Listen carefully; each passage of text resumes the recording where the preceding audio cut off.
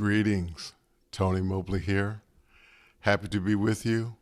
Conversations with Tony Mobley is live on YouTube, and we're here in the webinar. And it's not too late to come into the webinar and to participate in the conversation by adding your questions.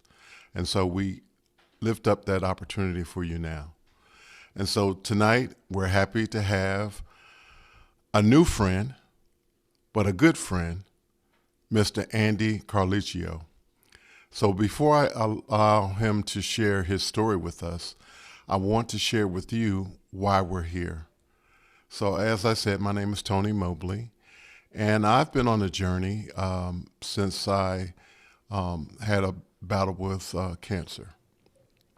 And because of that journey, it has inspired me to not wait around for perfect scenarios to do things.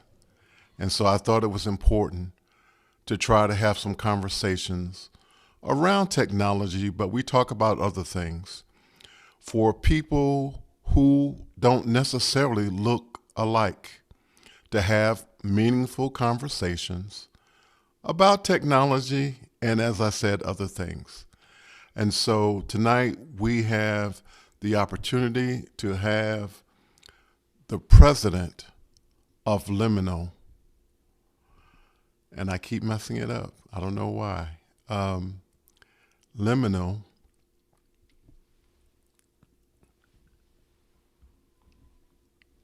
Entertainment Technologies. And so, Andy, forgive me for that. And so we are excited to be here. And I'm going to tell you right away that there are going to be some technology things that will be shared tonight that will be mind-blowing. But that's not the principal reason why we're here tonight. The principal reason why we're here tonight is to find out how this young man was inspired to create his company, to do the things that he has done, and to sort of get a glimpse of what's coming. We really and truly want to get to know who Andy Carluccio is. And so that's why we're here tonight. And so if you want to know more about Liminal Entertainment Technologies, I encourage you to participate in office hours, AV Tech Talks, the after hours of office hours. In those places, you will have an opportunity to participate in the technologies that Andy is working on. But tonight, we are really focusing on getting to know the things that inspired him, the things that he had to navigate during COVID. So we want to find out about the person. So that's what we're here tonight to talk about. And so without further ado, I'm going to turn the hands over to Andy. And I know I did not switch over hosts. And so let me do that.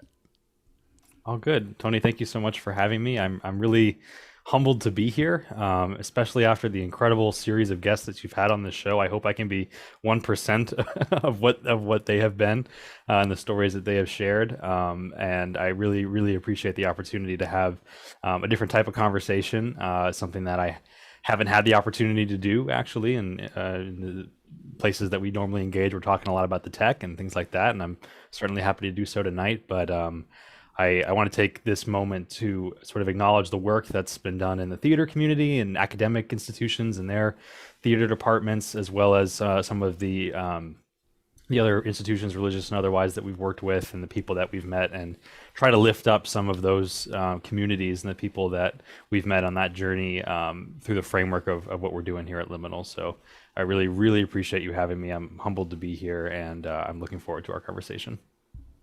Thank you, sir. We're so happy to have you.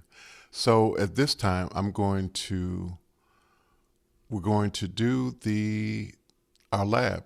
So inspired by Dr. Chris Clark, who has told me I have to call him Chris, that we do our labs. Originally, we started doing our labs at the end, but now we do the labs in the beginning. And because we want the labs to inspire the questions that this conversation will sort of produce. And so I'm gonna turn it over to Andy for the lab, and then we're going to, and then we'll go to the questions. Sounds good. So in the sort of the context of our software and what we do, we make tools for Zoom. And what we try to do is, we always say that Zoom connects people and we connect Zoom. So we try to allow the Zoom platform to integrate with other pieces of technology that you might be used to using, like a Stream Deck or an ATEM, maybe vMix, software programs, QLab, Isadora, all these things that we talk about all the time on office hours and other communities that we use in the arts and things like that. We try to make Zoom a relevant part of that pipeline. And it started when we engaged in the theater community and tried to take the workflows that affected them to really create the different mediums of art, visually, audio, storytelling, really forms of storytelling, and bring Zoom into that pipeline. So what I'm going to show you tonight is our two products, ZoomOSC and ZoomISO, briefly, and just give you a sense of what they do and how they allow us to control and talk to Zoom. And then I hope that maybe inspires some questions there, and then we can talk a little bit about the sort of how we got to this point and why you might want to do some of these things I'm going to show you. So I'm going to switch over to share my screen here, but I'm going to do it as a virtual webcam source. I hope that's all right. And I'm going to go ahead and bring ZoomOSC out of the way. So the first thing I want to show you is ZoomOSC. And I'm going to do that by showing you what looks just like a Zoom client, because at its core, ZoomOSC is an instance of Zoom.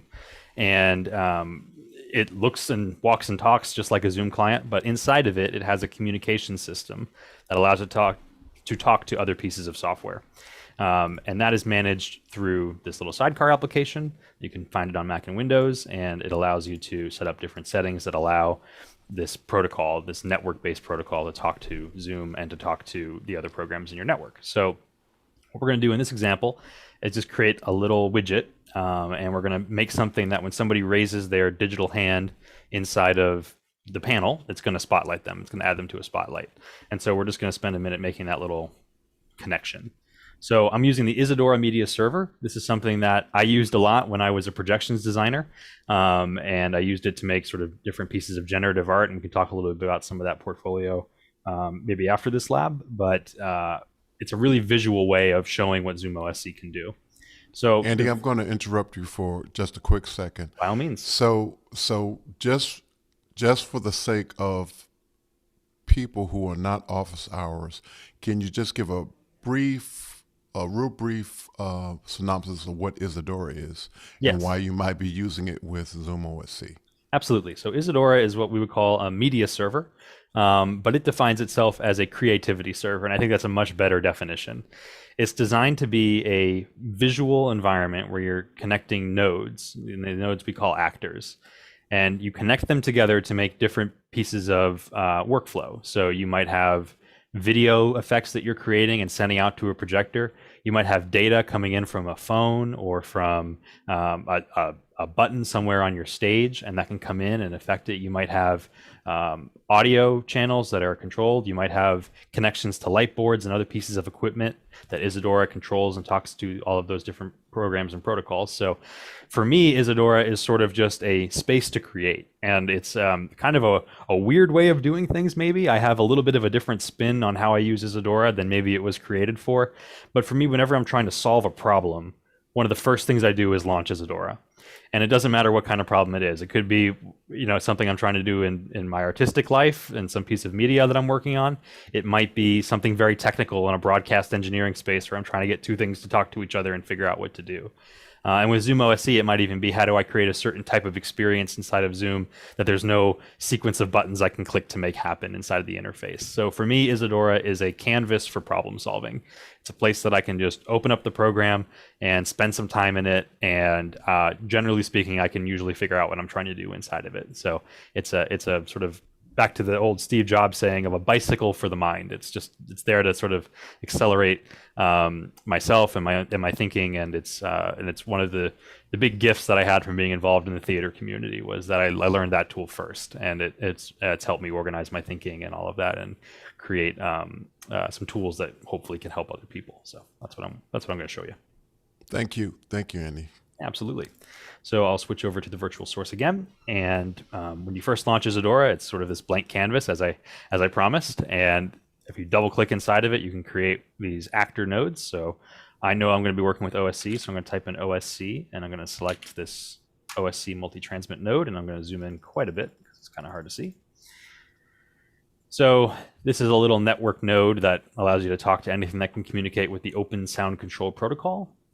And I'm going to kind of gloss over some of the technical stuff because we cover it in office hours quite a bit. So I'm just going to put in the UDP port 9090. I'm going to put in the command that I want to use, which is available in our API. That's going to be /zoom/username/add spot. And I'm going to take one input. I'm going to set it to the type text. So this just means that when I type somebody's name in here, so I'll go for I'm going to pick on Aaron here because I see your name right in front of me. Aaron space North Carolina. If I hit add spot to that, you see we just added Aaron to a spotlight. And if I want to unspotlight this, I can just duplicate the node, and I can say instead of add spot, I want to do unspot, and I can trigger it again. And now Aaron's not in the spotlight anymore. So we have this program now talking to Zoom, and it's starting to create some cuts. So we could do a lot of things from here. We could have keyboard shortcuts for each of these. So if I wanted to do that, because we talk about keyboard shortcuts a lot when we talk about like accessibility and making Zoom easier to use for certain events. Keyboard is something that hopefully pretty much everybody has in some way, shape, or form. Otherwise, your computer's probably not too useful to you. So I'm going to go ahead and open up a keyboard watcher. And I'm going to say, okay, when I hit the A key, I want to spotlight Aaron. And when I hit maybe the O key, I want to take Aaron off. I'm just going to hook those up to the transmits, and those red lines are for. So I hit A, and we spotlight Aaron, and I'm going to hit O, and we take Aaron out of the spotlight. So just like that, we've created a little easy button shortcut on the computer to be able to spotlight somebody and unspotlight them. But this is the first half of using ZoomOSC. This is just sending commands to the program to get it to do things. The second half of the program is listening to ZoomOSC and getting information about what's happening in Zoom so that you can create connections between inputs and outputs. In Isadora, that's done through the Communications tab and Stream Setup. And again, I'm not going to explain too much of how this is all built, but I do want to show this just because it's a helpful little tool. So I know that I need to listen for an OSC input. So I'm going to type in /ZoomOSC/user/ I think it's raised hand, I believe is the API. You'd think I'd know my own API, but there's hundreds of commands, so I can't remember them all the time. I think it's raised hand, but I'll check my outputs to see that. I'm going to put that on channel 10. I'm going to go ahead and delete the current setup that we have, except for this node. Actually, I'm going to leave the unspot node there too to make it easy for myself. I'm going to open up an OSC listener, and I'm going to set that to channel 10 with 4 outputs. I'm going to turn that on and set it to type text. And I know that output 2 is going to be a username. So whoever raises their hand, their name will appear in output 2. So I clearly haven't picked the right name. So let's look at my output log here. Aaron, could you raise your hand again? All right, it is user hand raised. So I'm going to go up to here, stream setup. It's hand raised instead of raised hand. So I'm going to do hand raised like that. So can you lower and raise your hand again, Aaron?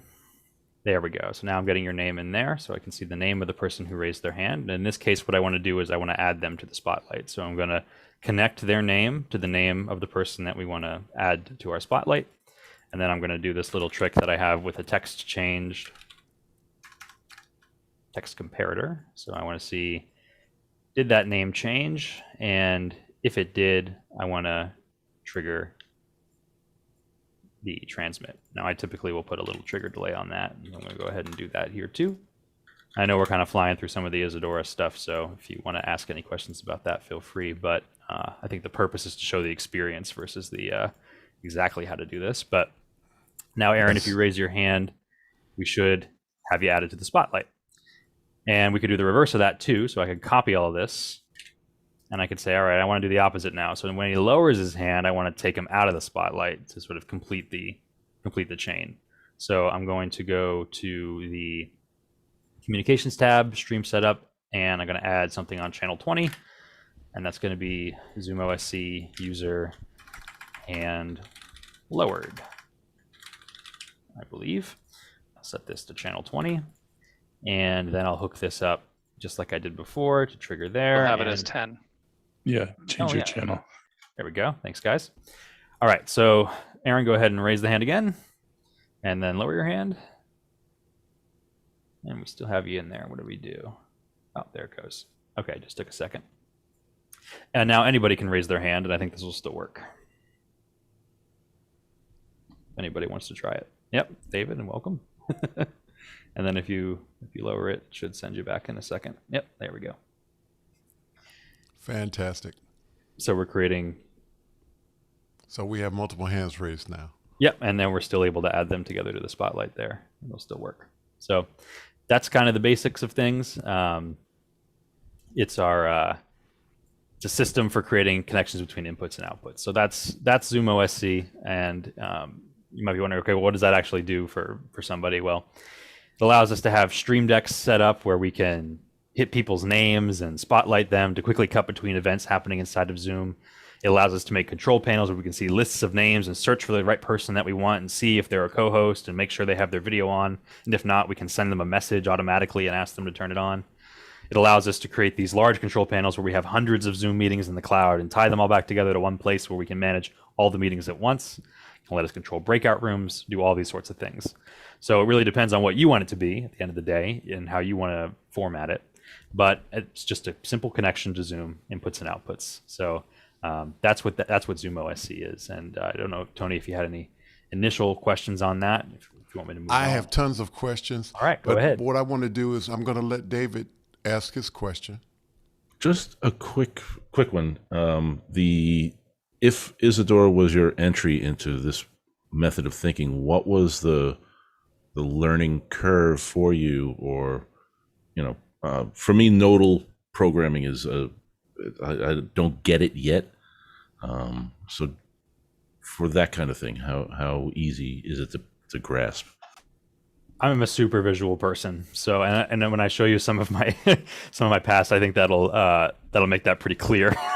So for me, it was a good gateway to get into it. It was nice to be able to see the flow of inputs to outputs and all of that.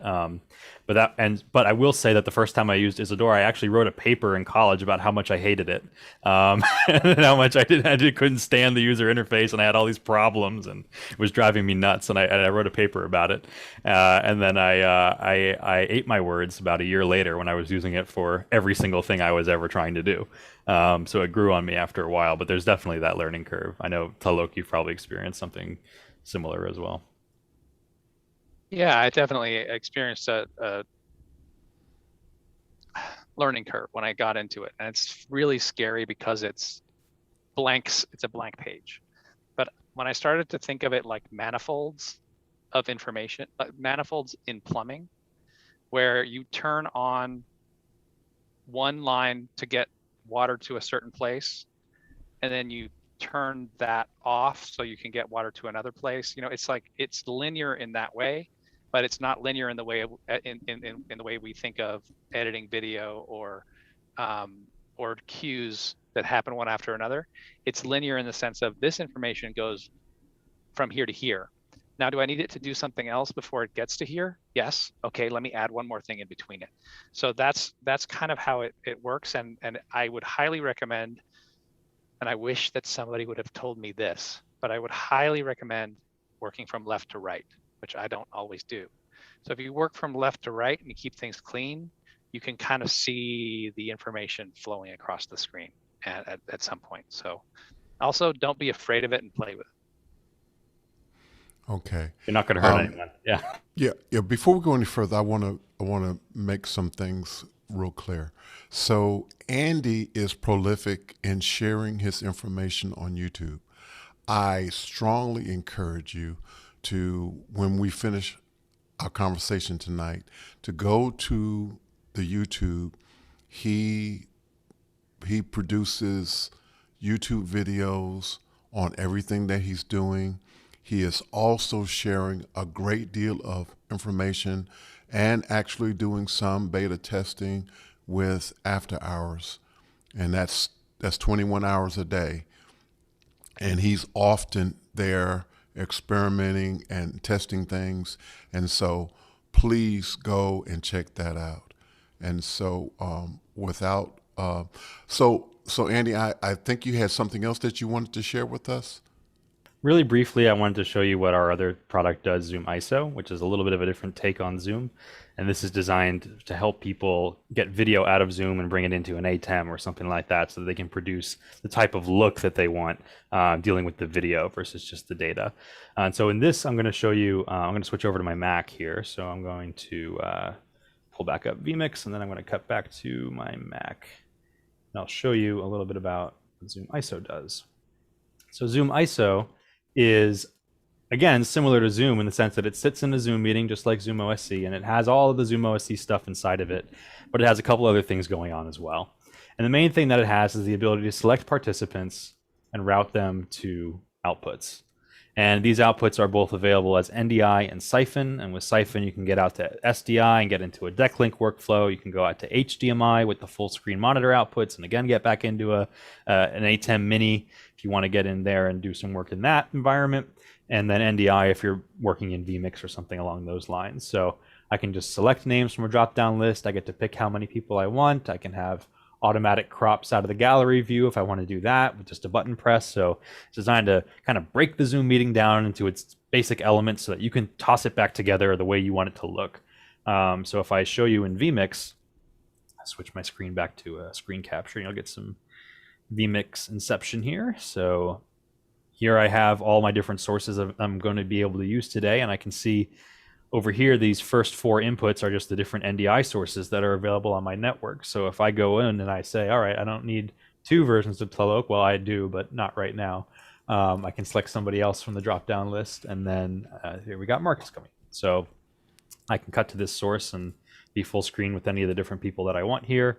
I can use the multi-source engine, so I can go merge over to a look like that. And this is now with this blue background, and I have this animation moving between things. So, you know, really whatever you want in terms of the way that you want to style this. ZoomISO kind of, again, breaks the call down so that you can build it back up the way that you want. So that's the spirit of that product, and that's something that we just released. And we hope that it helps folks in the live streaming community get their stuff out the way they want it to look.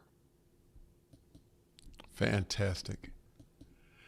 So I'm going to start with the first question, and I want you to feel free to share what you would like to share in terms of who is Andy Carluccio and how did he get to this place?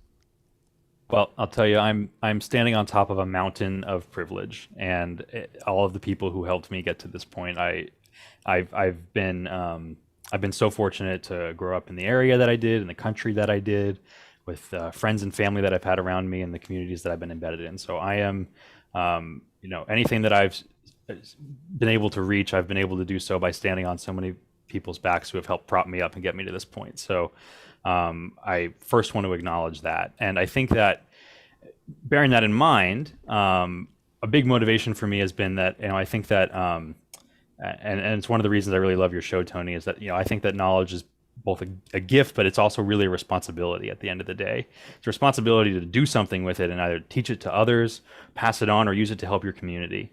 And you've been such a great inspiration, Tony, because of the stuff that you've been doing. And I've tried to reflect a lot of that in my life. And, you know, it's not enough just to, you know, to learn about things and get the information in. That's the start.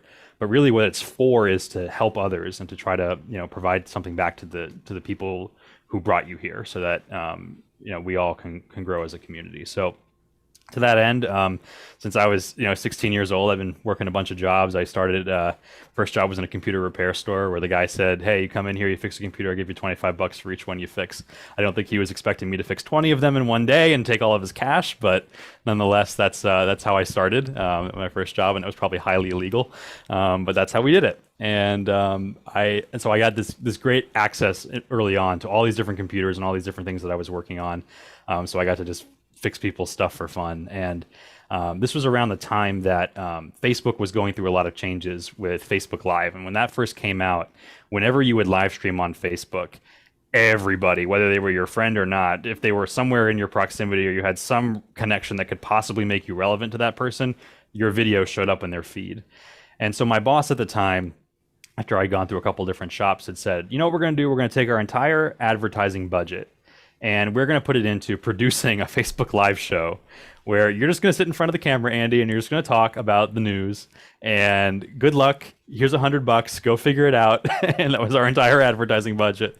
And just instead of promoting stuff on Facebook, just do a Facebook Live video every week so that it shows up in as many people's feeds as possible. So then I started producing a show when I was late in high school in my first year of college, where we just recapped the news every week. And that was great practice for me to just sort of figure out like vMix and all this other stuff. And I had never tried any of this stuff before. I had, I spent all the money on this one camera and a little, $25 lav mic. And I had this pop-up green screen that I borrowed that filled up my entire dorm room. And we just started producing stuff with virtual sets and things like that in vMix. And it was quite a lot of fun. And from there, I went on to work in some podcasting groups, and they started to do live streams and things like that around the same time. And I sort of in that process, I had decided that I wanted to take my love of computer science and my love of production and drama and theater and structure my major in my undergrad years to be able to do something like that. So I was a double major in computer science and drama at the University of Virginia, where I got my bachelor's degree. And that was huge for me, being able to have intersectional studies. The department wasn't so sure about that program and how that was going to work, but we were able to make a compelling enough case for it, and they let me do it. And I was able to take a bunch of theater technology classes while also working to build up my computer science skills. And it was going really well until March 2020 hits, right, last year, and we all get sent home. And every job that I had applied to immediately dried up. I lost my job. I lost, the contacts that I had, and more devastating than any of that, my friends and colleagues in the theater industry closed their venues to the world to keep our community safe. And they went home without a paycheck, and many of them, and a lot of them closed their doors and will never reopen them again. And that was a moment that was, I remember packing up the theater when we were leaving. We had one of these theater buildings that we had at UVA, and I was just taking out some stuff to bring it back. And I just sort of sat in the theater and looked at the proscenium arch with the fire curtain down and a whole show that was ready to open 2 days later that was never going to see the light of day. And I said to myself, we got to do something about this. Like this, there's too much art and love and humanity in these arts to let a lockdown prevent us from expressing that. And so I went home and we started working on ZoomOSC that day. And I really good friend of mine, a colleague and mentor, Eamon Farrell, he called me up and said that he was working on a show with Bard College, and they were going to try to pivot it. Instead of canceling it, they wanted to bring it online. They wanted to do it through Zoom. And so they tried a bunch of different things. They tried Google Hangouts. It was a disaster. They tried WebEx. That wasn't working too well for them. And they landed on Zoom. They said, okay, you know what? We got a bunch of settings here. We don't know what they do, but we can probably figure something out. So let's try Zoom. And this is early March 2020. And so I started, the whole concept of this production of Mad Forest was that they wanted to have a lot of precisely timed camera cuts and try to produce it like a film. So they were going to act live and do everything inside of Zoom, but they wanted to control originally the active speaker. They wanted to try to, fake it into cutting quickly between all these different sources so that we didn't have to see the person who was talking. We could see reaction shots and things like that. And that's what inspired me to start looking at the Zoom SDK. The Zoom SDK is the thing that makes Zoom so special to me, is that it's completely open and I can go in there and I can build something out that is completely the way I want it to look and the way I want it to work. So in the rehearsal room, I was the SDK designer. You have the lighting designer, the video designer, the projection designer. I was the SDK designer. I was supposed to, the programmer in the artistic staff in the rehearsal room, listening to the director saying, okay, I need a way to be able to do these 3 spotlights in succession and all of that stuff. And so I was just sitting there inside of an IDE trying to get this thing to work and figure out that SDK. And what is an IDE? development environment, programming Okay. environment. So I was trying to figure Okay. that out, and it was Can you give us perfect- the meaning of an SDK as well? Yeah, software developer kit. Yeah, so this is something that Zoom puts out so developers like myself can use the Zoom client in ways that they don't. So it'll, we're able to integrate it with other pieces of software or add effects to it or do really whatever we want within certain limitations. And that's what ZoomOSC and ZoomISO are. They're Zoom SDK applications that allow us to modify and control Zoom. And that was, for me, it was born out of this artistic moment in the midst of COVID to try to figure out how can we not only just get together on Zoom and conference, but how can we actually create something with some sort of artistic value to it. So I'll show you a couple of things that I've worked on in my reel here. So pop back over to vMix here, and I'll show you a couple of things that we had done sort of in that moment. Let me pop back to this video here, and I'll show you a couple of different things that we did. So scroll over to Mad Forest here. So the result of this was a combination of Isadora and ZoomOSC together to create these real-time effects and these precise spotlights between recorded media and live compositing. So everything you just saw was a real-time sort of segment from that show, where we're cutting based on the lines and the music, and then we're taking actors in separate homes and compositing them together so that they can have some sort of physical interaction in this view.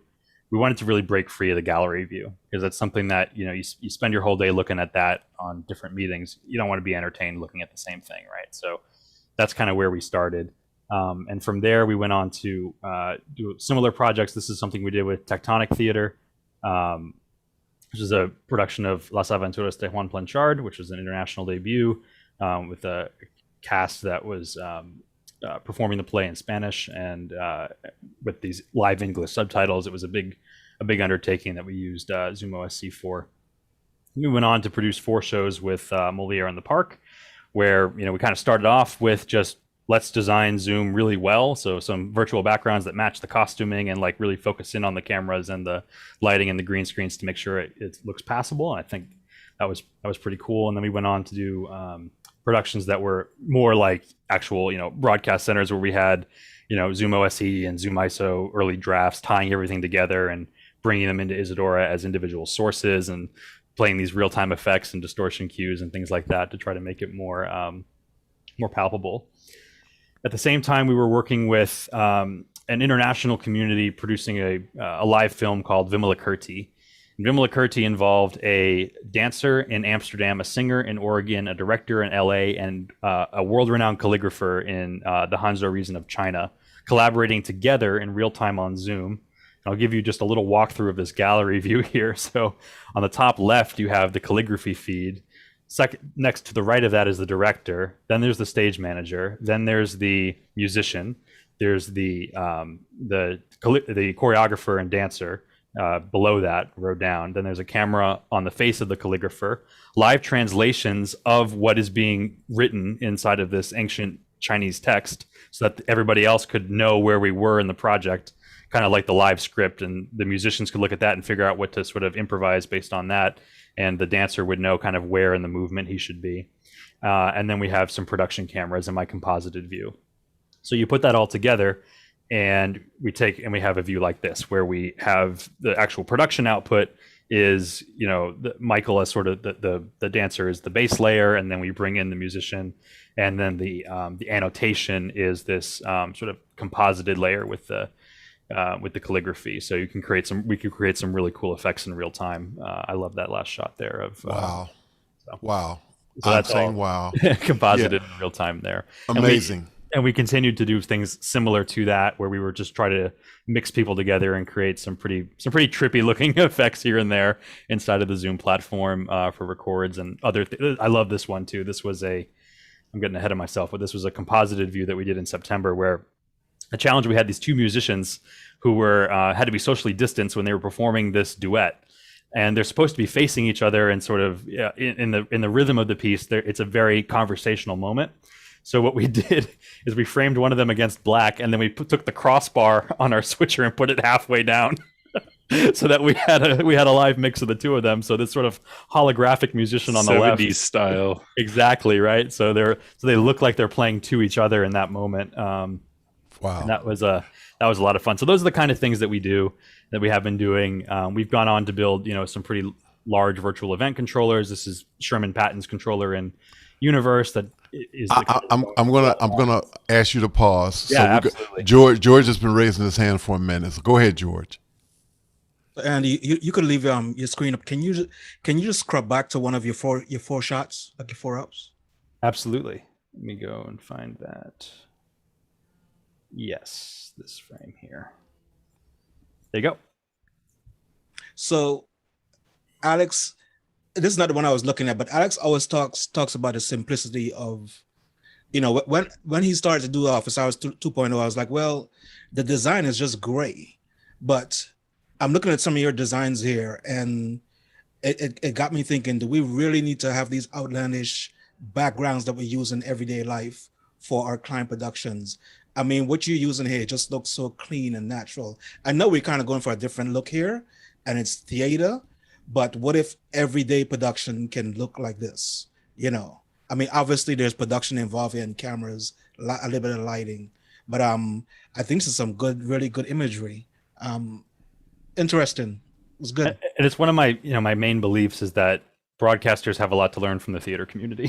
And it's a kind of a group that gets looked over quite a bit because it's low budget and they're just trying to, throw things at the wall and see what sticks. But these are the kind of things that have been experimented with and worked on by sort of the New York underbelly of theater for decades. Since like the 80s, since the computers were first commercially available to people, artists have been trying to use them to create these types of experiences as long as they've had the option to do so. And so in this moment, for me, it was, again, a privilege to be able to come from the theater community, see what we did in these live productions, and then go over to the professional events production space and see what could we translate. Things like OSC, those are like the backbones of a lot of theaters, and they're not really commonly used in, high-end event broadcast, right? So bringing those workflows over have allowed us to tie a lot of things together. Aaron, go ahead. Yeah, watching you and your passion over the last few months since I've known you, and working with you on the Office Hours, and then seeing the work that you've done, it reminds me a lot of so I have a friend named Sheldon who was very close with Andy Warhol and a whole bunch of other people at the time, and he would say whenever I would make something like similar to that, he would say, "Oh, Andy would love that," right? And I think, and the reason I say that is not just the aesthetic quality, but the tools, right? This is a tool these are all tools for creativity, and they have creativity at their heart, which means that you get a different look and you get a different quality about them than you do in like a broadcast tool, right? And it's not good or bad, it's just different. And I mean, it certainly speaks to a part of me that, I feel like is, yearning for theater, right? But it's also, it's just really beautiful, like that these enabling things can exist and that people can express themselves now with things that they couldn't express themselves with before as easily. Right. And I think, that's really important. And I really appreciate the way you talk about it. It's a human desire to connect. And and while we had to be distant, for the safety of our communities, it doesn't change the fact that we're wired to be, a community creature. Right. And that's why Absolutely. I think that, Zoom out of the box serves a certain logistical need that we have to communicate. But I really do believe that it can serve as the foundation for the types of connections and the types of expressions that are beyond just like, hey, we got to sit in a meeting and talk about how to build this thing, right? Or how to manage the books this month. We can actually try to have a real human connection. Well, it lets you get out of the logistical head and into the creative head, right? Like exactly. Just thinking about logistics is not particularly useful, right? Go ahead, John. Can't hear you. How about this? A little better now? Yes. Okay. We hear the phrase Zoom fatigue. And I don't think people get fatigued at watching your creations. Is the Zoom fatigue really a lack of creativity of our Zoomers? And then follow on is, how could you see what you've done for theater to help the broader general use of Zoom? Absolutely. So taking your first question there on Zoom fatigue, I do think it's a hitting the same stimulation over and over and over again is like the definition of fatigue, right? But when you're in a visually complex space, you can sometimes get sensory overload, and I recognize that that's a thing. But the like we did that Vimla Kirti show at 3 a.m, because we had to do it in China time, right? So and I never felt tired for a moment, working on it. And I know for me, like as an artist, it's invigorating, and like I want to be participating in that. But I do believe that it's the diversity of thought and vision and voice, that those things and the sort of the cleanliness of that communication and the signal to noise ratio that Alex talks about, right? Those are the things that when you get those right, this starts to feel a lot more like sitting in a room together and having a conversation. And I think when you hit that formula, Zoom fatigue is sort of irrelevant at that point. And I think that's sort of the key there. In terms of how we can help the broader community, that is the sort of the thesis of why we made Liminal right there, John, is that we tried these things out, figured out how to do it, and now we packaged them up into products and shot them out the door and started providing services so that we could try to help and bring that feedback back to Zoom, right? And show them like, hey, we're out here doing this thing. Is there a workflow that we can use to try to get to that point? And I think we've seen the beginnings of a lot of that. I think Zoom Events is a step in the right direction. Zoom Apps, the right direction as well. Bringing those things right inside of the Zoom experience, I think that's huge. And it was when we first started this, and to this day, most of ZoomOSC's functionality is something we give out for free. The entire first year, in 2020, you couldn't buy ZoomOSC for me. I wouldn't let you, right? We just give it out, and I went quite a while without taking a paycheck, and I still haven't. I reimbursed a couple of bills that were starting to become pretty onerous, but really haven't taken any money from this. I worked a lot of jobs growing up, and I was able to sort of save that money again, thanks to being able to get a good loan at a good interest rate to go to school, right, and things like that. I was able to manage that, and so what I wanted to do with that was put it back into the community and try to see what I could do. So I think that that's been our motivation, has been to try to put it back in the community and enhance the platform as a result. So go ahead, Chris. I wanted to suggest that we rebrand Zoom fatigue as meeting fatigue or boring meeting fatigue, just to put a sharp point on it, an exclamation point. It's not Zoom that wears me out. It's meetings and the rituals and mind-numbing familiarity of the way meetings work is what wears me out. I had another point that's part question and part speculation for Andy, that as I listened to your narrative about the development of ZoomOSC because you had a gun at your head. You were right in the situation. You had to make this stuff work. Somebody said, Andy can make it work. And then Andy wound up there at the rehearsal or at the read-through feeling like you had to make it work. And you did, and you took it 7 steps farther, of course. But it seems to me that this could be a quasi model for developers, for startups, and quote, there are several books and TED Talks and the rest of it about how to take your idea and how to get out of the office and talk to future users and so forth and so on. But this is much more vividly another path, it seems to me. It may be that I'm uninformed, that this is kind of... You're not uninformed. A common story, but I think it's an uncommon story and I think its power goes far beyond the wonders that you've created and co-created with a team. And your team wasn't the typical, well, we need a finance guy and we need an engineering guy and we need a content guy. And they're all guys, by the way. I like your scenario better. I think I'd sign up to be the janitor at your operation just to be close to what I imagined that story was like. And I know there were low points too. Oh, absolutely. And I would say that, something that I've held really close was sort of my mission statement. I actually had it printed up behind my monitor as a reminder, was that the distinctions between technology and art are arbitrary.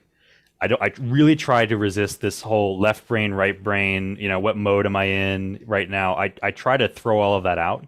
And that was the key to my being able to be successful in school, was to stop thinking about subjects and think about learning, right? And think about holistic execution of ideas.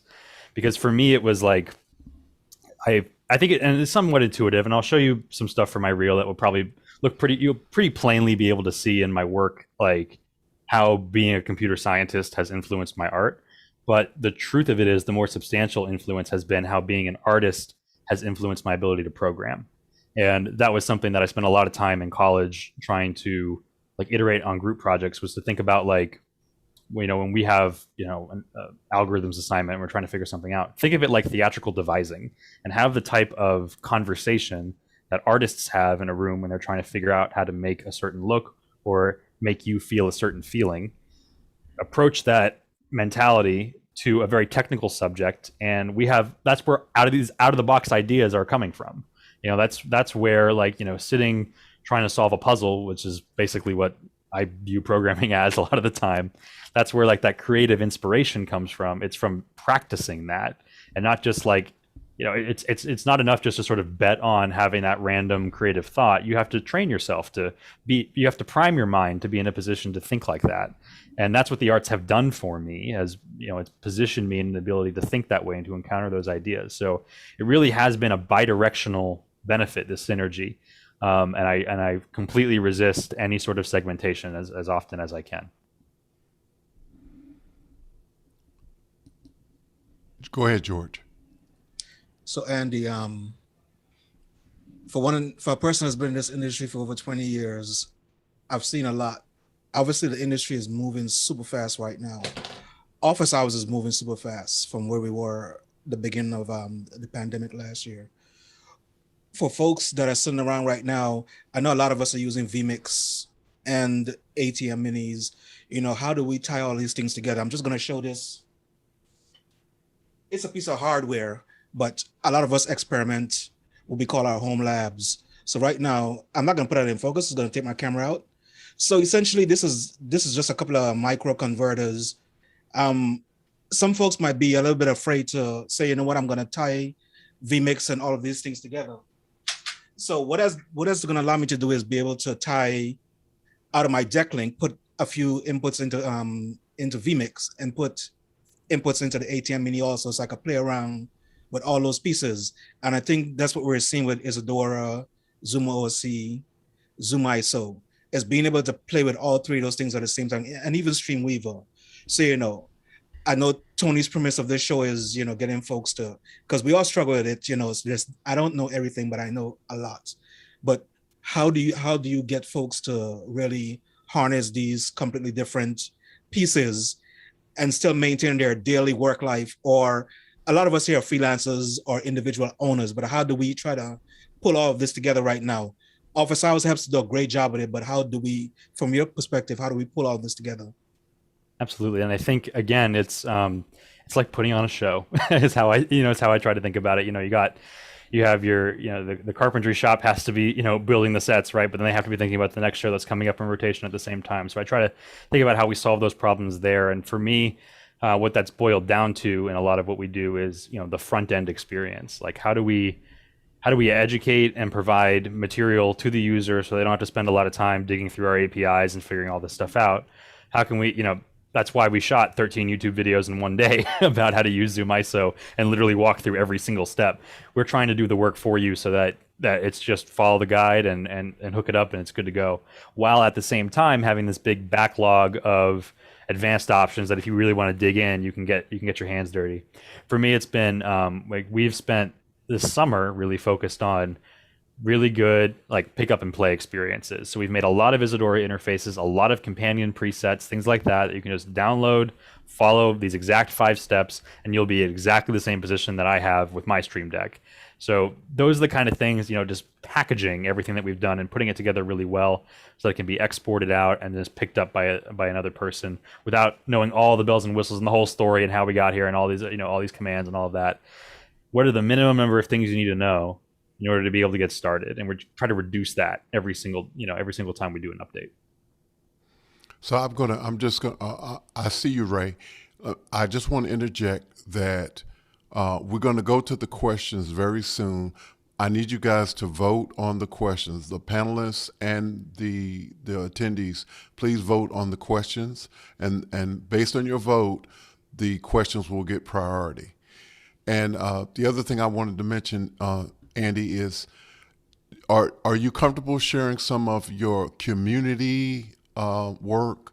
We talked a little bit about your work with Bangladesh, and I'm not, whatever you want to share along that line of community service and work. Absolutely. Sure. Thank you.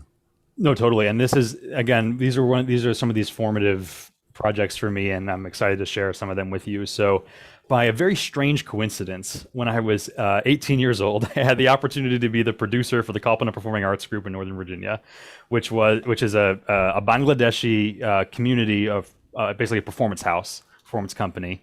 And it happened to be that somebody I was working with in IT knew that I had some basic experience with theater and projectors, and that I had been sort of acting in community theater spaces for a little bit. And they said that they needed a new technical producer, and I was like, yeah, sure, I'll give it a try, and had no idea what I was getting myself into and knew nothing. So it was an opportunity for me to really learn really fast.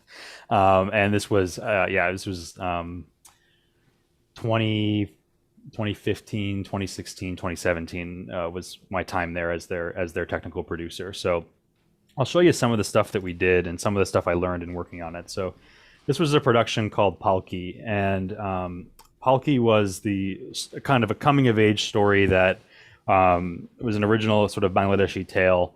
And it was sort of this surrealist play that involved a lot of projection work. So it was a lot of fun for me to design the projections for this and to go through the process with the community that I am not a member of, but sort of was I was honorarily involved in, to try to figure out how to make work that was relevant to them and use my skills sort of at their disposal and their service. So I'll show you right now on screen just a little bit of the clips from that, and then I'll talk about how we actually did this.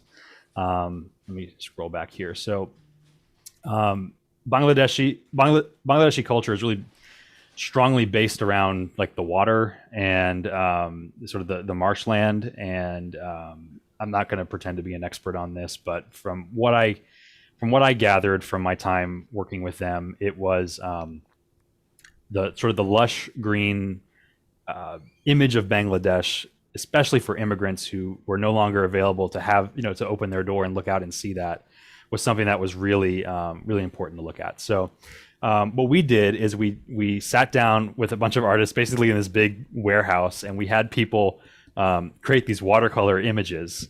And we had a little HP scanner, and as they finished their painting, we threw it on the bed, slammed the door down, hit scan at like the highest DPI we could find to get a really clear, crisp image in. And then we absorbed that, and then we started photoshopping it, and we started putting it in After Effects, and we started animating it. And that created this big bank of layers and materials that we could start to play with, that were generated by the community, inspired by their own artwork and their own art styles, but then sort of twisted and reimagined in sort of a digital way for them to be reprojected as backgrounds and things like that. So this is one of my favorite shots, was this sort of silhouetted moment where they have sort of the hut layer that was drawn by one group, and then these sort of just these splashes of trees and green. And this is all thrown together in Photoshop and then played out through QLab. And the lighting design really saves this look because it ties the whole thing together and creates the silhouettes and the natural lighting for all of that. And for me, at the end of the day, this was ultimately a film project. Here we shot this in a sunflower field where all the sunflowers had died, which was much to the director's surprise. But we moved forward with it anyway. And we took an ultra wide lens and we sort of walked through this shot at the end of the play where she's walking forward through this field in slow motion, and then we took the set design to sort of span that ultra wide image over all of the displays to bring them together, and at some points we would segment them. But what I realized in doing this, and this is sort of a place where I have to recognize sort of my own deficiency, was that I was taking this work and I was then taking it in sort of the European style of theater that I had sort of grown up in and understood. So I was taking all of it, but I was still bending it at the end of the day in a direction that maybe wasn't as natural for the type of work that we were trying to present. So a year later, we went back and did a production called One Mic, which was an evening of storytelling, basically, where it was working with the different members of the community to create a sort of an education bank for public speaking. And so they wrote out their stories. They met with the directors over the course of several months, and then we sat in the background and tried to help them take their personal photos and media and tie that together into a live broadcast that could reach their home members in Bangladesh. So that was sort of flipping it on its head and turning it into more of this roundtable storytelling that was more of a natural thing than this proscenium presentation talking at the community.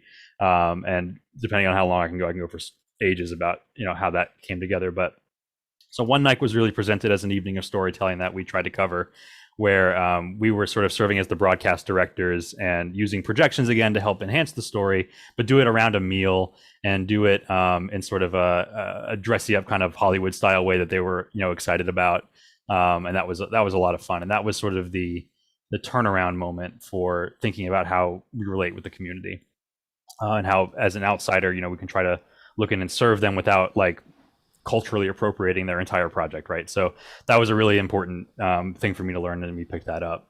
In post-COVID world, or not post-COVID, but after COVID hit, I came home, I was taking care of family, and the first groups that we reached out to when we started were the local church, the local school, and trying to figure out, okay, what do they need? And so I sat down with the principal, who happened to be my neighbor, and they said, what is this Zoom thing? How does it work? And we just sat for like 3 hours and talked about how Zoom works and, how the school could structure their meetings and things like that. And we were just doing this for free, just try to help out our neighbors and friends there. The local church, obviously they couldn't gather anymore, so we took a bunch of GH4s that we had just sort of collected as we had been working on different film projects over the years, and put them on tripods and put them in a chapel, and took an old Roland switcher that I had rolled out and tried to figure that out. And that was, again, another accelerant for me. Eventually we scaled that up and began to do more permanent installations and things like that, and thinking about not just what do we have to do in this moment, but what can we do? Again, I think that that's also sort of a theater mentality, whereas if you look at virtual theater as a glass half empty, you're only going to be disappointed. But if you look at it as a glass half full to create a new form, you're only going to see opportunity. And I think that applies to education as well, and even houses of worship and the way that they can reach people and have community-based engagement. Certainly was a huge transition moment for us. So we've tried to carry that mentality into the projects that we've worked on since then. Thank you. That's fantastic. Ray, I apologize. Go ahead and ask your question, Ray. Yes. What I found interesting, Andy, is you were faced with a problem. And as a result, you created a project and you dived in. And I'm sure you had to learn a lot of new things very quickly. What I would ask of you is being dumped into the deep end of the pool in a project and having to do multidisciplinary project. What was your learning speed in that environment versus the educational environment of lecture and labs? And might the education system learn something from this?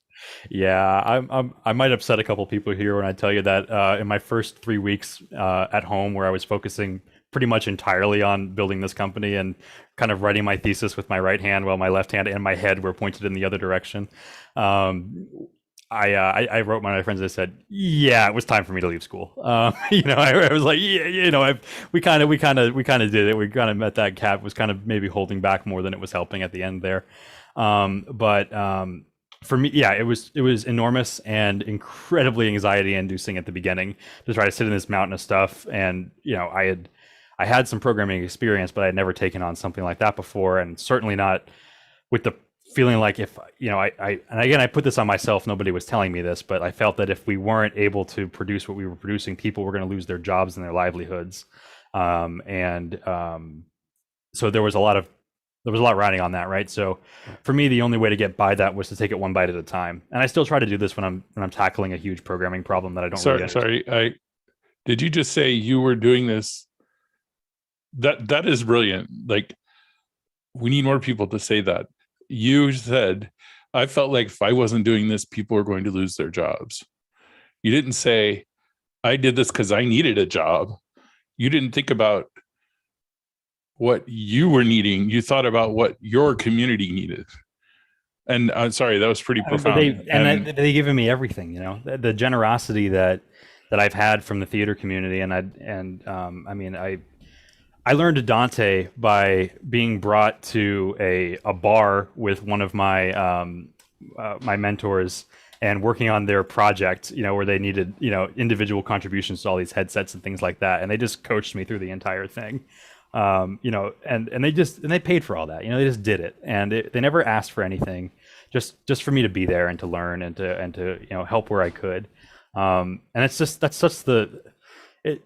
there's a lot we could talk about when it comes to like theater and what's going to happen with it. I know that there's some questions on that, and I'll have some hot takes when we get there for sure. But like, I don't know. I feel like I'd be, running at like a quarter speed if I was thinking about myself, and the motivation comes from like the impulse to want to engage and give back. Like that to me is so much like more of a motivator. Like I don't even like feel an appeal for anything else other than that. It could be just that, that sort of that marketing technique of like, okay, like give them a little chocolate when you walk in the door so you can sell them a $50,000 encyclopedia subscription, right? Like, that reciprocation. But that's how theater thrives. It's like, the lighting designer gives you, some idea on your projection that you then give texture to their lighting design. Like it's a collaborative process, and it doesn't feel like generosity. It just feels like what you do. So that's been huge. But to Ray's point about like, how do I tackle an enormous problem like that? If I try to even conceive of the entire problem, it's overwhelming and anxiety inducing. So I try to think of like, and I was dealing with this today too, is like, okay, I have a huge, load of compiler errors, half the features I don't know what to do. And, all right, let's find the first one. How do we solve the first problem? And then how do we solve the second problem? And then the third problem? And eventually, if you do that for enough amount of time, you'll have eaten the elephant, right? And so that's the only way that I've been able to approach this. If I try to solve it all in one fell swoop or learn everything that I didn't know, it's way too much. But if I can just figure out like, why is this not working, or how would I go about that, or how do I fill this gap in my knowledge here with this 5 minutes of this YouTube video? There's a YouTuber, Louis Rossman, who talks a lot about how he got over like procrastination and things like that. And it was by just like making sure that no matter what he did, he achieved like one simple task a day. Like if he had to do all this, massive amount of billing stuff, he would just make sure that he could log in, and he wouldn't try to, if he forgot his password, that's for tomorrow.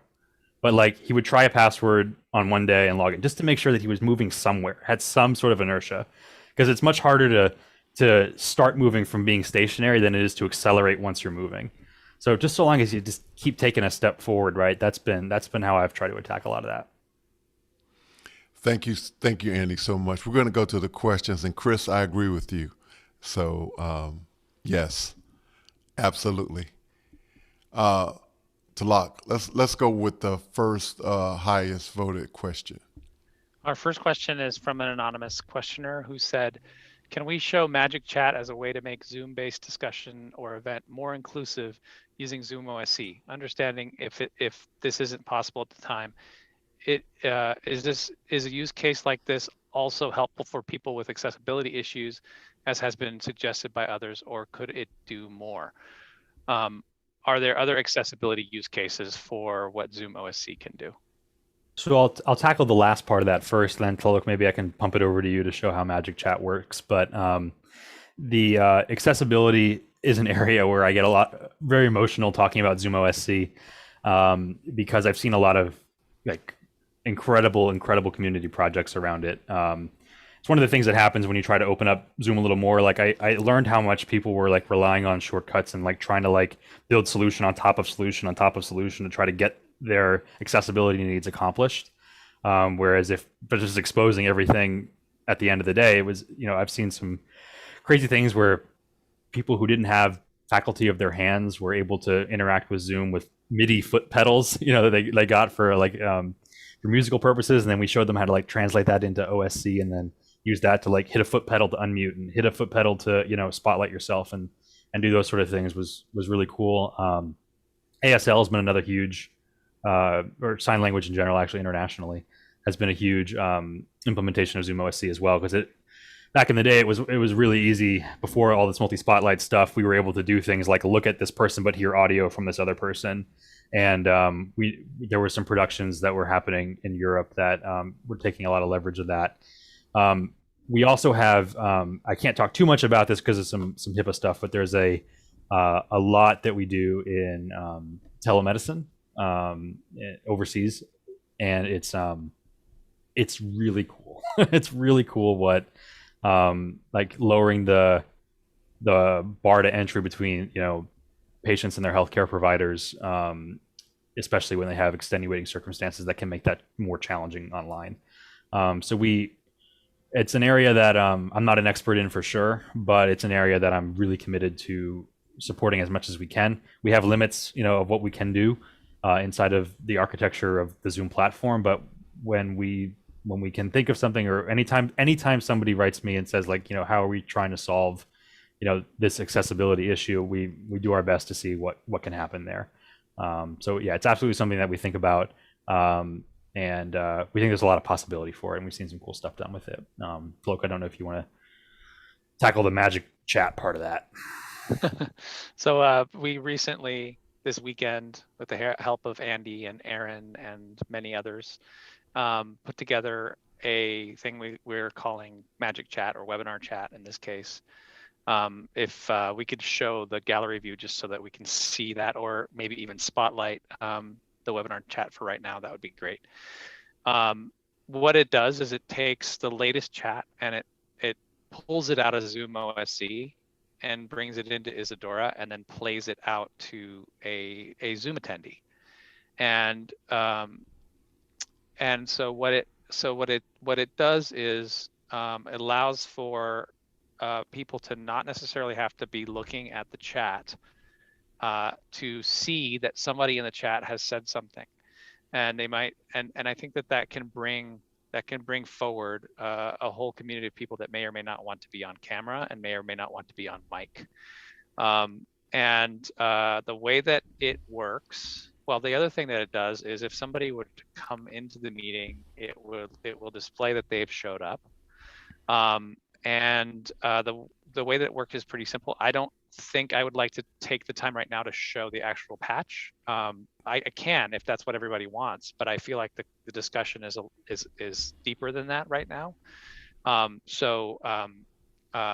If you feel that you would like to take a look at that, come to the Zoom webinar for conversations with Tony Mobley, and stay at the fellowship hour at the end, and we'll look through those things and talk about them in depth.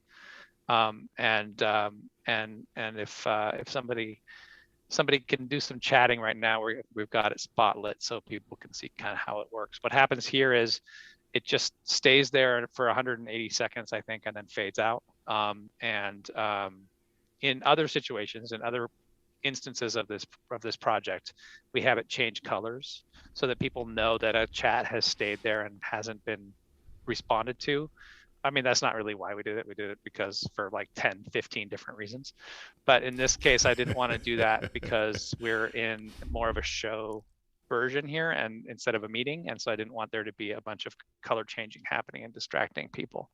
So, but it was very easy to make that change, just pull those things out of there. So I can talk more about this later. Thank you, Talak, and thank you, Andy. Next question. Oh, right, that's me. Mason Lancaster asks, how can someone contribute to and help you with your work? Best thing you can do is help somebody else. So if you figured it out, pay it forward is the best thing I can say. I'm not crazy interested in money right now. I don't have a way for people to donate to us because I'd rather people make donations of time versus money. We do have commercial products. We use that to support our developers, and we're able to take care of our people with that money, and that is sufficient. And what I would ask is that, as you are working through and figuring it out, to help those around you, and if our tool helps you solve a problem and you think it might help solve somebody else's problem, to mention it, just to share what we're doing with other people. Whether it's in a commercial context or not doesn't really matter to me. But if somebody's struggling with Zoom and you feel like we have an opportunity to help them with ZoomOSC or ZoomISO, just letting them know that, I think, would be what I would ask. That's a great way to support us. Fantastic. Next question. The next question is from Ken Jordan in Surrey, UK.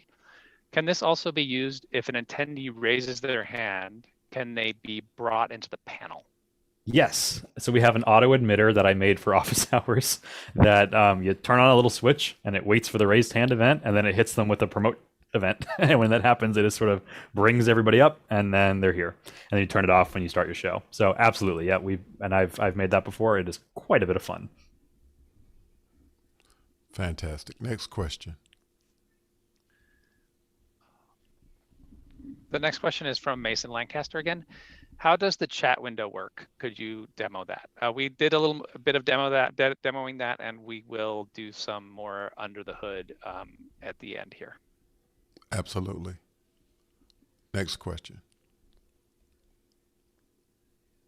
Roscoe Jones asks, how will the theater be stronger due to this forced break? Yeah, so I got some hot takes on this one. So here we go. I think that true theater will be stronger, and I think that those who have looked at this moment again as an opportunity have created things that are truly going to carry us forward. I think that what COVID has done is it has suppressed, to our benefit, a lot of the commercialization of theater, which is something that I have a lot of problems with. Broadway is extremely expensive and is not accessible to people, and yet it's people's entire perception of what theater is. And COVID, when Broadway decided that they were too good to try live online stuff and they didn't want to risk, tainting their image by trying to do something that was less than this grandiose, expensive experience, what actually ended up happening is that the media that people consumed was work created by these independent, I call them the New York underbelly creators, right? The performance companies and ensembles and community theaters. They suddenly turned to the people who were producing work and gave them the attention, right? So when we worked with Moliere in the park, when they produced work in the park, they could only sit 200 people in front of them, right? They produced their online show and they had 20,000 people in their opening weekend attend. That is a shift in the public perception of what theater is and what theater can be, right? And so I actually not to say anything to people who work on Broadway or who are actually trying to give and are engaged in that and who have achieved at that level. I support that, but the sort of establishment of theater and its commercialization and the way that people in that sector treat each other and treat the people who work for them, I'm not anxious for that to come back, to be completely frank. I kind of hope that this was, if theater dies, it's by its own hand and it will have deserved it. True theater is, this community engagement that will survive forever because it's based on a human need to connect. I think that there are certain projects that occur, at the Broadway level that are certainly in tune with the moment and in touch with what they need. But Broadway and that structure as a whole, and the way that people. I think more than anything, it's just the way that people are productized and the art is sort of productized is what I take issue with there. where it's you're not a creative, you're a sort of an element and a sort of contained object in that system. I think that the online theater has sort of broken that open, where the actors are suddenly technicians and are also, you know, engaging in the art in a different way, and it's sort of broken down those barriers as well. But for me, the largest, you know, some of the largest challenging groups that we've worked with have been professional, like, you know, commercial theater companies. The way that they treated their employees at home versus the way that like community groups and academic institutions banded together to try to get through a moment was such a stark contrast that I really don't want to see some of it return. Absolutely. Thank you, Andy, for that. Before I ask for the next question, Talak, I'm just curious, do we have any YouTube questions?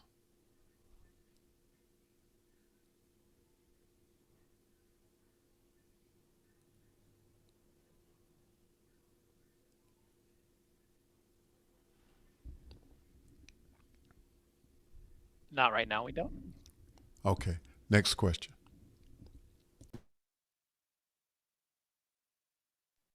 An anonymous attendee asked, please talk about the adoption of ZoomOSC in the worldwide magician community. How did that come about, and how far can a user like that go in the future with this tech?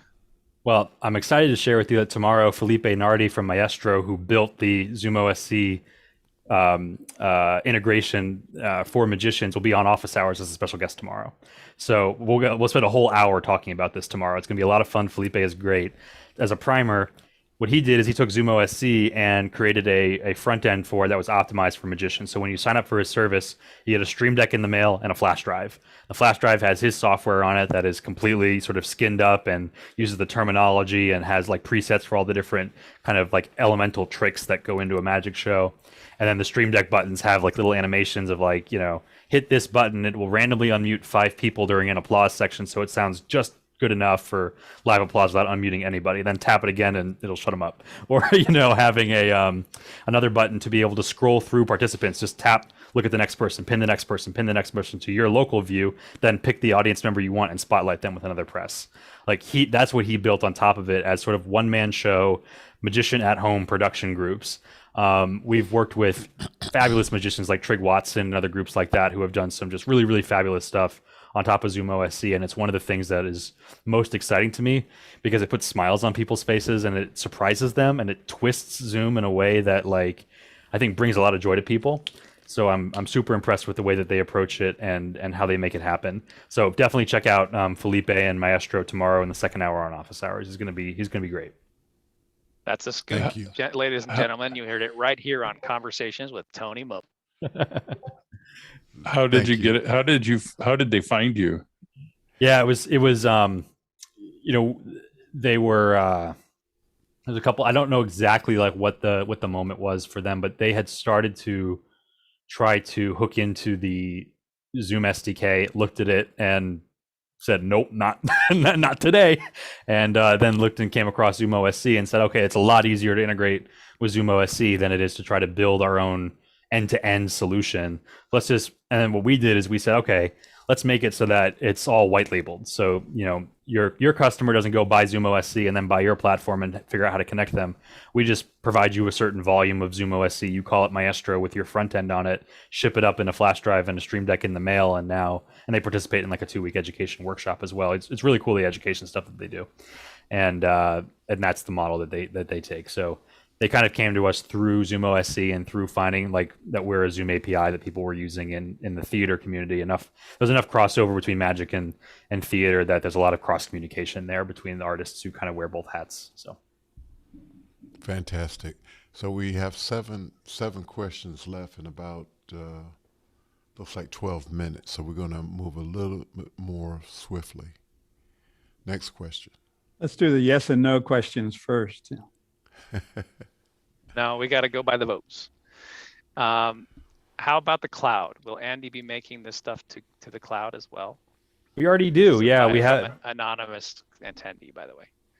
The webinar chat in after hours, at least, is already running in the cloud. ZoomOSC on Windows, you know, which is where most of the cloud stuff is done, does run in AWS, and we've had events that have had hundreds of meetings in the cloud tied together with ZoomOSC and going back to central Isadora interfaces that are also in the cloud. So absolutely, cloud. We definitely agree with that. The only thing we don't currently offer for the cloud is ZoomISO, because ZoomISO is Mac exclusive, but we are working to port it to Windows hopefully this fall, and then yeah, cloud right away as soon as it's ready. It's definitely something that we're looking into. Fantastic. Next question. What can ZoomOSC do for event security, like the dreaded Zoom bombing or other bad Zoom stuff? Yeah, Again, from definitely. an anonymous person. One button solutions to deal with things. We do make security dashboards with ZoomOSC, where it's like as you admit people, it puts them on sort of a blacklist that you can sort of see like, how long have they been, under this certain security policy, and have they not caused a problem, then they could have go on the whitelist, and that allows them to turn their video on and all of that without triggering an alarm or something like that. So we've done some of those for like large scale webinars where there's like, classified information being shared between companies and all of that stuff, and they absolutely need to make sure that people rename themselves to the name that they're expecting them to be named before they can participate with audio or video. We have little things that will like force you back into the waiting room until you join with the name that we're expecting you to join with. We've had one button solutions to be able to lock down the meeting. Now Zoom has that with the security panel, but we used to, we had sort of a bunch of sequences of ZoomOSC actions you could use to like suppress everybody's audio and video if there was a problem, stopping, all that kind of stuff. So definitely, it's a tool that we've used for good Zoom moderation, and security is definitely part of that. Next question. Another question from anonymous attendee. Having already done such amazing things so early in life, where can Andy go next?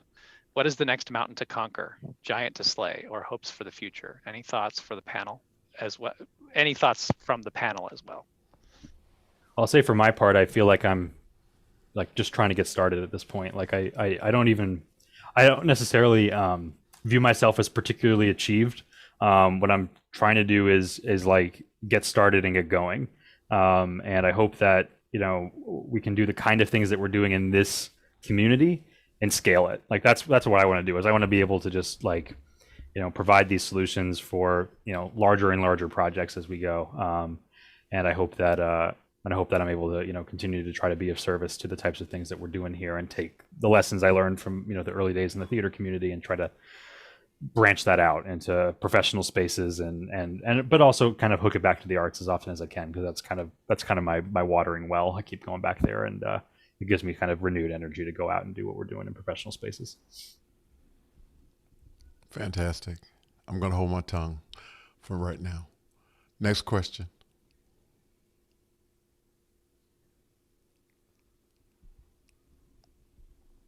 Okay. AV Trainer asks, please, can you talk more on how to connect to the ZoomOSC community to help others? Community is always key. Absolutely. So the best resource by far is to join our Slack group. So we have a Slack group called Liminal Power Users. It's got over 1,000 people in it. And these are people who range from teachers who are just figuring out how to use ZoomOSC and a Stream Deck to better manage their class, to students in their theater departments who are putting on a play, all the way up to like high-end broadcast professionals who are trying to do like, the nightly news. So there's everybody there. And what's great about it is that we've really tried to cultivate it to be a space of sharing information between people. So I've seen great things where, a student will come in and say, hey, I got this show. I don't really know how I don't really understand QLab that much. Can somebody pop in? And then somebody who just did like an off-Broadway run of a show with 50,000 QLab cues jumps in a Zoom meeting with them, and that's their first QLab experience. Like, what a better way. So, we've tried to cultivate a community that reflects the type of style of company that we try to be. And so if you want to join that community, you just go to our website and hit the Slack button, and it'll let you sign up, and you can join in there and engage in the conversation. It's also kind of a de facto support forum as well. So if you have questions about the products, we're pretty fast at getting answers out there as soon as we can. So we do try to provide a lot of support through that area as well. But our goal for that community is to be really, truly a community vision driven form of sharing information where there's no sort of minimum requirement to come in the door. But we also recognize that by making it a support place, that's where we attract sort of a lot of the high end brainstorming and all of that helps percolate down to help everybody. So we've tried to kind of structure it that way, and so it's a little eclectic, but it's definitely a good group. And the website is liminalet.com. That's correct. Liminalet.com. Next question. Next question is from an anonymous attendee.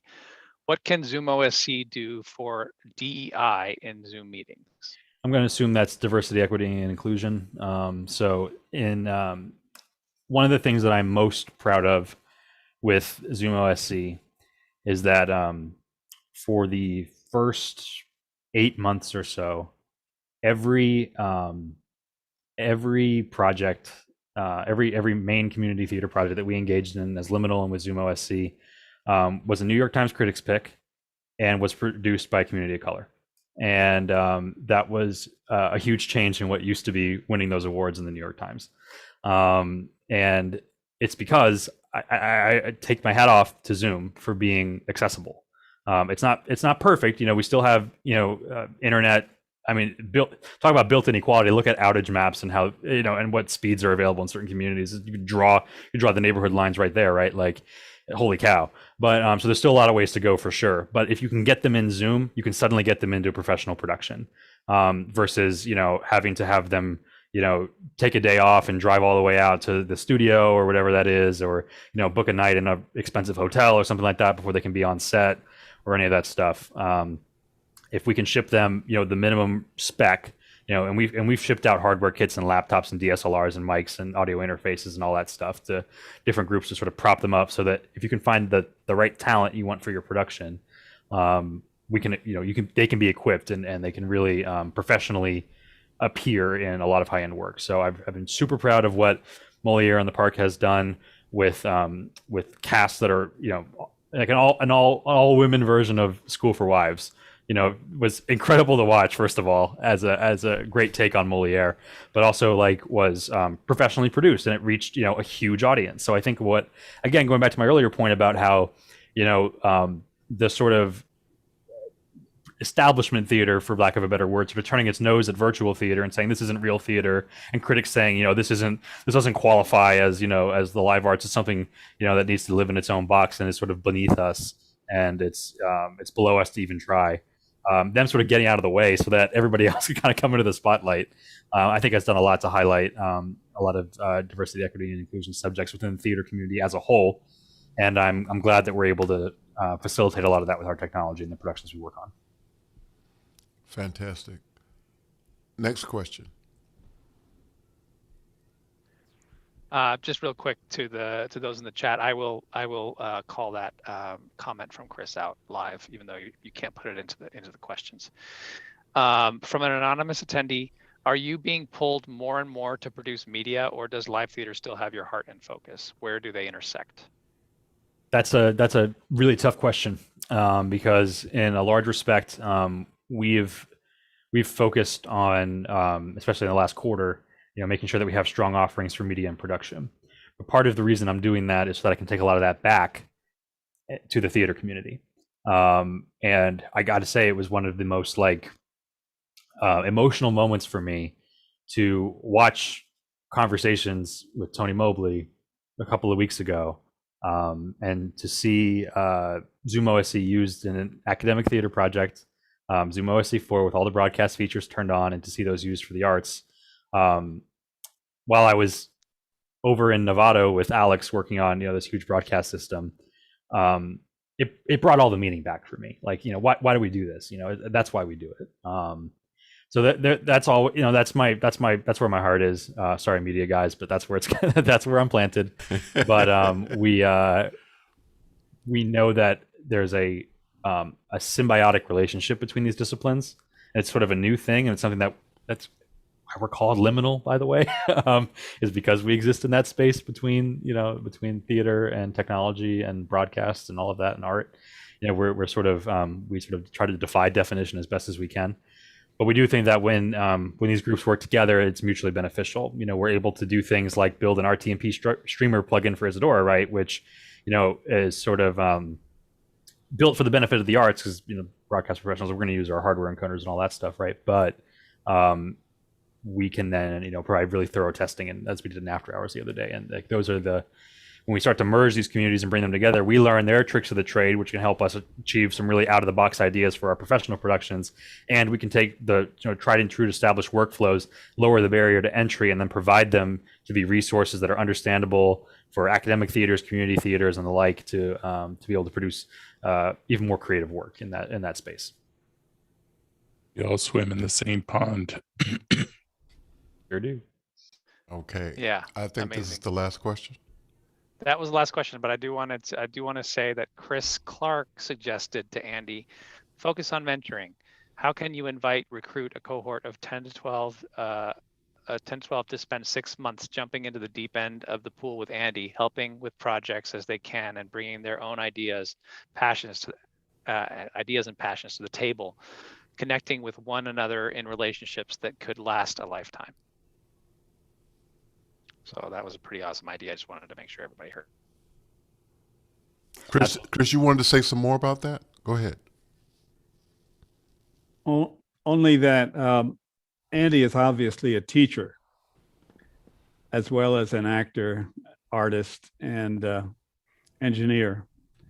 And I just want to put in my 5 votes for a little more emphasis on the teaching function, especially as it's cast in mentoring, because mentoring happens when you're actually doing something together with your mentees, rather than different than lecturing and so forth. So it's not so much a transfer of your knowledge and identity to another as it is the opportunity to, it's more like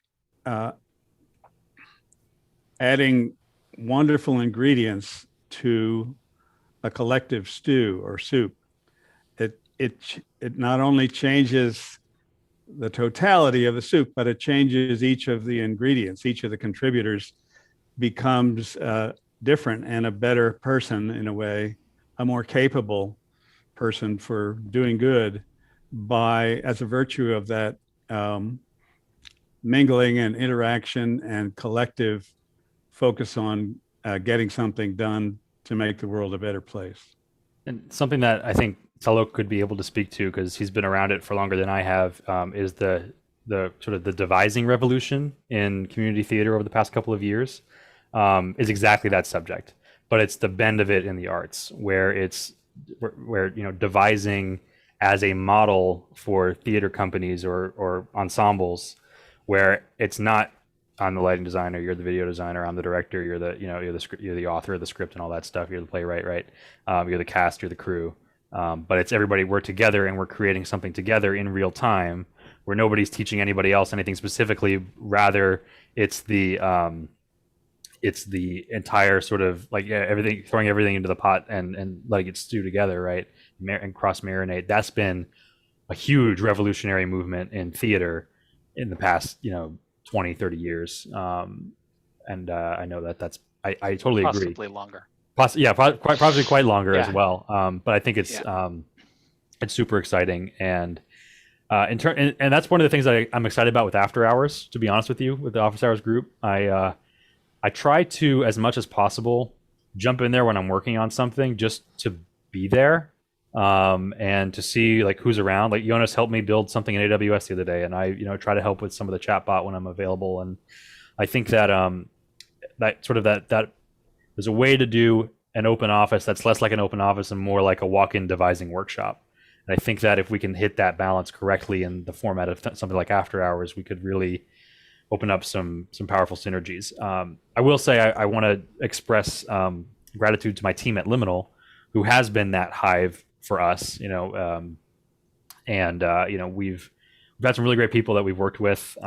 They've made incredible contributions, and we do try to think of everybody like, as being on the same page. Like I'll have like, Richard, who helps write the Mac version of ZoomOSC, will flat out tell me I'm being stupid when I have a certain API request. And like, normally you don't tell your boss that, but I like encourage it because I want the honest opinions of people who are like actually have their hands dirty in this and are using it. And pretty much everybody who works at Liminal uses it in their own their own way for different parts of production. So my hat's off to Jonathan and Nolan and Kala and Benjamin and Richard and Ashley and everybody who works for us. They whether they're a contractor or an employee, they've been part of the melting pot, and their identity is as much stamped into the products that we make as my own. So I'm really grateful to them. Fantastic. Every day is a cast party. Thank you, Andy, so much. Just thank you so much. This has been a great experience, and so the last several instances of conversations with Tony Mobley, I've been kind of trying to summarize my guests, and so Tony Mobley says, "A brilliant young mind with the heart to match." And I think, sir, that is you. Thank you so much for being here. Thank you so much for your time. Thank you so much for embracing the community that you were a part of and embracing the communities that you're not a part of, but you still made an effort to make a difference for those people. Thank you so much for doing that. I'm glad that I can count you as a friend. I really appreciate this. I'm thankful to the panel and everybody who's here. Thank you so much. I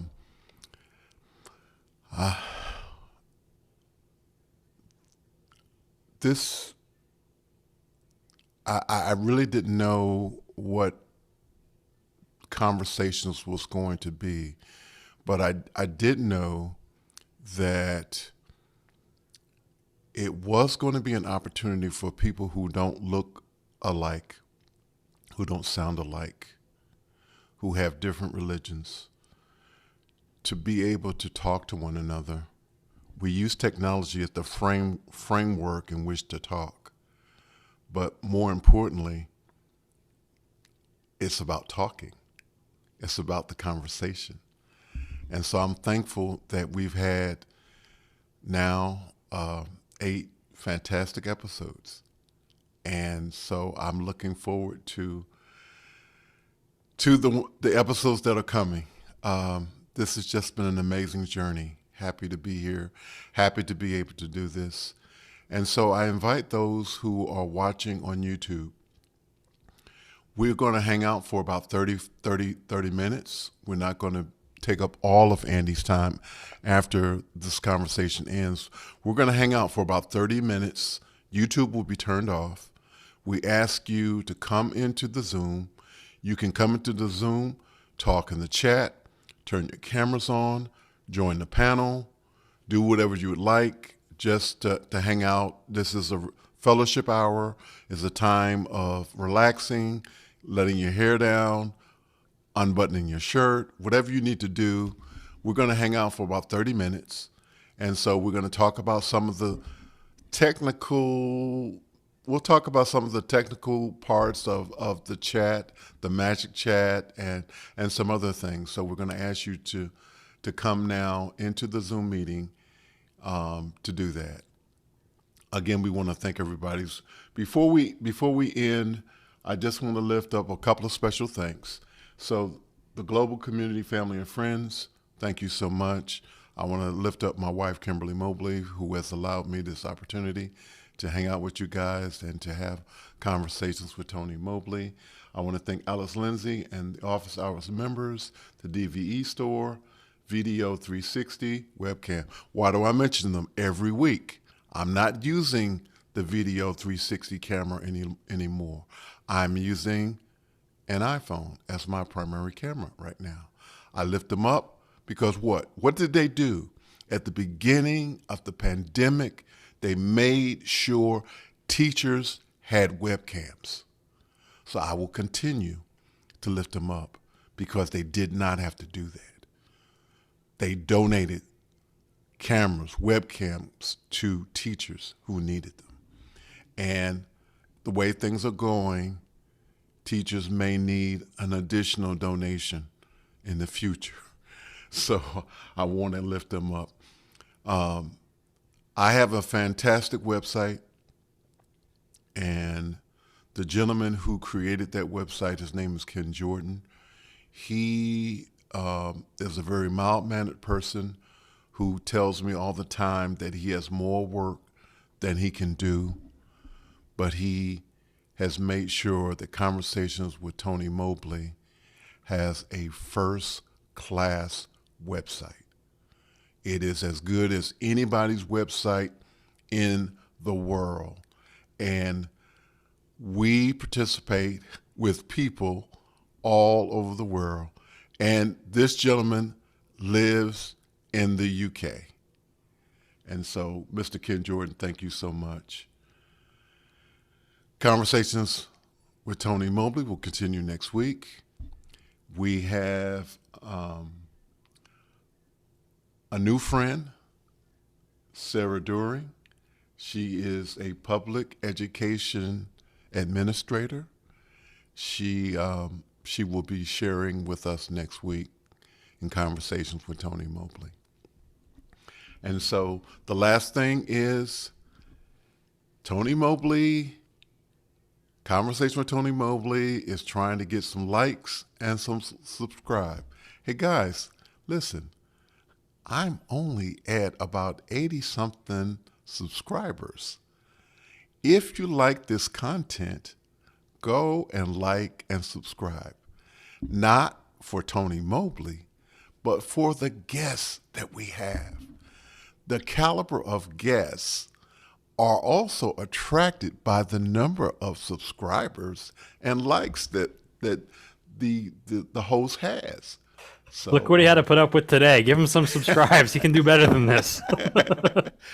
And so I want to lift up a couple of websites before we end the YouTube. So andycarluccio.com and again, liminalet.com. Those are Andy's website. And again, Andy is participating in after hours with the office hours community. He's doing prolific YouTube videos.